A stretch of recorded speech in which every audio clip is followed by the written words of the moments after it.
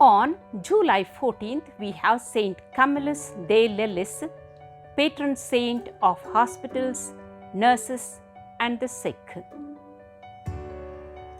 Saint Camillus de Lellis, who turned from his life as soldier and gambler to become the founder of an order dedicated to caring for the sick.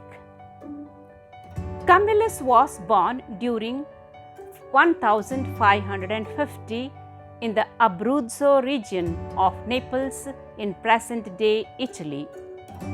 His mother died during his infancy, and he lost his father, a former army officer, 6 years later. The young man took after his late father professionally, serving in the armies of Venice and Naples until 1574. During his military service, Camillus developed a severe gambling problem. He repented of the habit in 1575 when he found himself bankrupt and forced to do tedious work for a group of Franciscans. In February of that year, he resolved to change his life and soon sought to join the order. A wound in one of his legs, however, was seen as incurable and kept him from becoming a Franciscan. After this rejection, he traveled to Rome and worked for 4 years in a hospital. Committed to a life of prayer and penance, he wore a hair shirt and received spiritual direction from Saint Philip Neri. Grieved by the quality of service given to the sick, Camillus decided to form an association of Catholics who would provide them with both physical and spiritual care. He studied for the priesthood and was ordained in 1584.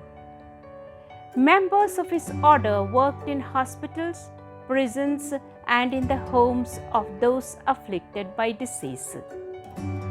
The order's original name, the Fathers of a Good Death, reflected the desire to aid in their spiritual salvation and prepare the dying to receive their last rites.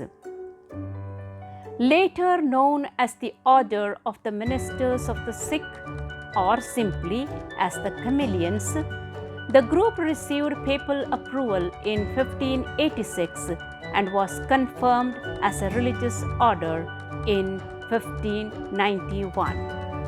In addition to the traditional vows of poverty, chastity, and obedience, they took a vow of unfailing service to the sick. Camillus himself suffered physical ailments throughout his life. His leg wound failed to heal over the course of almost 5 decades, in addition to which he suffered from sores and severe kidney trouble. But he is said to have spent time with the sick even while unable to walk, by crawling from bed to bed. The founder of the Ministers of the Sick lived to assist at a general chapter of his order in Rome during 1613 and to make a last visitation of many of their hospitals. Learning that he himself was incurably ill, Camillus responded, "I rejoice in what has been told me. We shall go into the house of the Lord." Receiving the Eucharist for the last time, he declared, "O Lord, I confess I am the most wretched of sinners, most undeserving of your favor, but save me by your infinite goodness. My hope is placed in your divine mercy through your precious blood."